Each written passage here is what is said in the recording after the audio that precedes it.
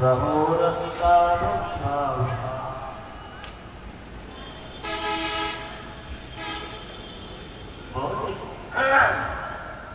बोले कृष्ण भगवान की जय हो। श्रीमद् भागवत सप्ताह की जय हो। प्रातः काल आप लोग सुन रहे थे गुरु द्रोणाचार्य के पुत्र अश्वत्थामा पांचों पांडवों के पुत्रों को सिर को काट कर और दुर्योधन के हाथ में सौंपा था। इस दुर्योधन को संतोष नहीं हुआ, उल्टा ग्लानि हुई, क्योंकि एक वंश में अब कोई नहीं रहने वाला। अपने अपने भाई सब तो संसार से जाएंगे ही, जो बचने वाला जो 5 पुत्र था वो पुत्रों को भी निकाल डाला। अच्छा, उसके बाद जो अश्वत्थामा को जो पकड़ करके ले आए अर्जुन शिविर में, अब उसको क्या दंड देना चाहिए, क्या करना चाहिए, इस विषय में छल चल रहा। और यहाँ पर श्रीमद् भागवत में बीच बीच में नीति शास्त्र का प्रवेश करते हैं। आप लोग केवल कथा कहानी ही नहीं, इसमें नीति शास्त्र का प्रयोग और समय समय में जगह जगह सभी शास्त्र का उसमें समावेश किया गया। अब यहाँ क्या कर रहे हैं, भीम तो एक कह रहे हैं इसको माही देना चाहिए,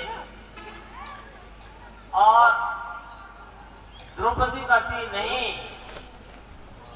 ये गुरु पुत्र है,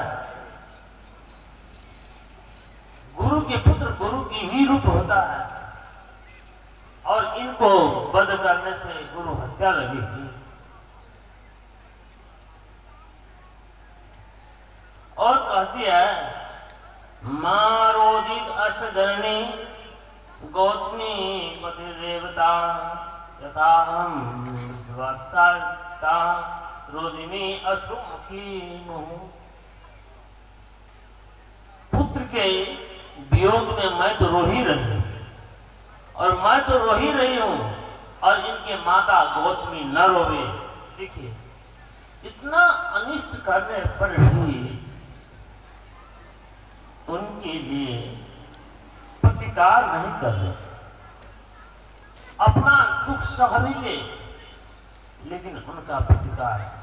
तो गुरु पुत्र को वध करना, गुरु को ही वध करना होता है। शास्त्र में बताया आत्मा वही पुत्र जाए थे, अपने आप ही पुत्र के रूप में जन्म लेता है। इस नीति शास्त्र के अनुसार, वेद शास्त्र के अनुसार, तो उनके पुत्र गुरु के पुत्र गुरु के रूप में ही हुआ, इसलिए उनको वध नहीं करना। इससे हमारा कुल का बहुत ही क्षति होगी। ये कोप्तम ब्रह्मकुलम राजन ने अधिकात्मवी तत्कुलम प्रहजति आशो सानुबंधम सुदार्थितम। जिनके उस ब्रह्मकोप से ये हम जो क्षत्रिय हैं, हमारा कुल का बहुत नष्ट हुआ, बहुत क्षति पहुंचे। ये द्रौपदी का कहना। अब कृष्ण भगवान शास्त्र के अनुसार दोनों बात रखते, इसीलिए शास्त्र में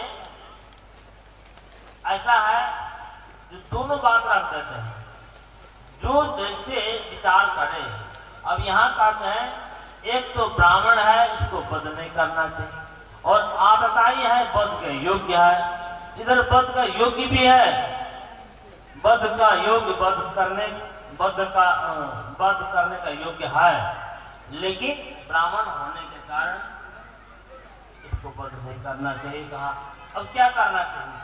बीच में अर्जुन बुद्धि लगाए, एक बुद्धि लगाए जो मारना भी हो और नहीं भी मारना हो,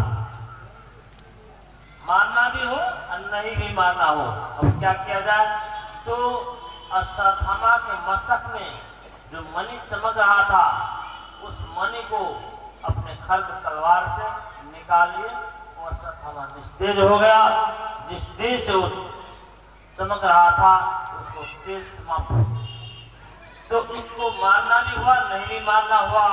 इस बीच में वो नीति से वो अपना मणिमहा जहार मूर्धन्यम द्विदश सहस्रमूर्धजम तेज विमुच्चर्षणाबद्धम बाल हत्या हतप्रो, और उसको वहां से उस शिविर से उसको मुक्त कर देते हैं, उस बंधन से मुक्त कर देते हैं। और जब मुक्त कर दे, देखिए फिर जिसको छोड़ दिया, दुष्ट का स्वभाव फिर से नहीं छूटता, दुष्ट का स्वभाव जल्दी नहीं छूटता।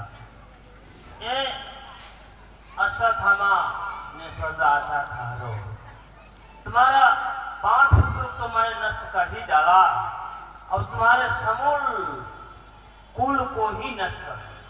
अब कुल में एक ही बचा था, क्या? अभिमन्यु का तेज पुत्रा के गर्भ में बांधा था, शेष था। अश्वत्थामा फिर से ब्रह्मास्त्र छोड़ दिया पुत्रा के गर्भ में। अब देखिए, ब्रह्मास्त्र छोड़ देंगे, एक तेज, ये बाण किस प्रकार, अनेक प्रकार के वहां बाण है, ऐसे तेज छोड़ दिया कि उनके गर्भ में प्रज्वलन होने लग गया और पुत्रा त्राही मान हो गए, उसके प्राण जाने की से संभावना होने लगी। पुत्रा आकर के कृष्ण भगवान से कहते हैं, पाहि पाहि महायोगिन देवदेव जगतपते नानम तदभयम पश्यत मृत्यु परस्परम। हे भगवान, आप हमें रक्षा करिए, रक्षा कीजिए, रक्षा कीजिए। वो पुत्रा अभी इसको भी आर्त भक्त कहते हैं। आर्त भक्त जो संकट में भगवान को प्रार्थना करते हैं उसको आर्त भक्त। और वहां जब आर्त रूप से भगवान को बुलाई तो भगवान देखिए सर्वत्र, भगवान गोप्य रूप से ऐसे उस ब्रह्मास्त्र को निस्तेज करने के लिए उनके गर्भ में प्रवेश किया।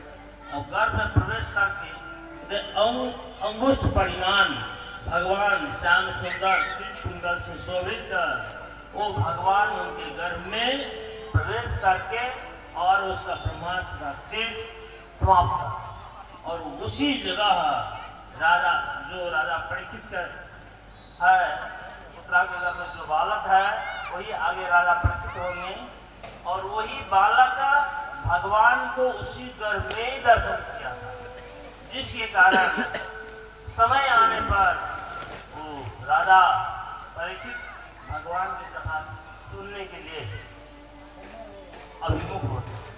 तो यहाँ पर गर्भ अवस्था में ही राजा परीक्षित को भगवान को दर्शन हुआ था। अब आगे फिर उनके शांति करने के बाद जब आगे बढ़े तो कुंती आ जाती है। कुंती जो 5 पांडवों की माता है। देखिए, कुंती के आप लोग सुनते होंगे 5 पुत्र, 5 पुत्र नहीं, जो महाभारत सुने हैं उनको मालूम होगा, नहीं सुने हैं तो नहीं मालूम होगा, वो तो समझते 5। कुंती के 3 ही पुत्र है और 2 पुत्र मालूम के पुत्र।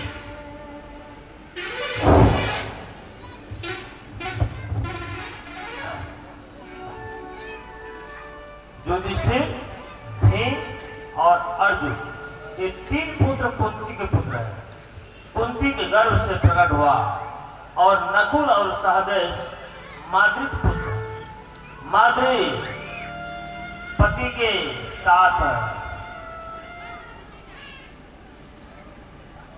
साथ वो क्या कहते हैं, पहले के जमाना में सती होने का प्रथा था, वो सती हो गई। और माद्री कही कि मैं पुत्रों को संभाल नहीं सकती, अब तुम ही संभाल सकते हो, तुम ही रखो और मैं के साथ जाता। तो 5 पुत्र के एक तो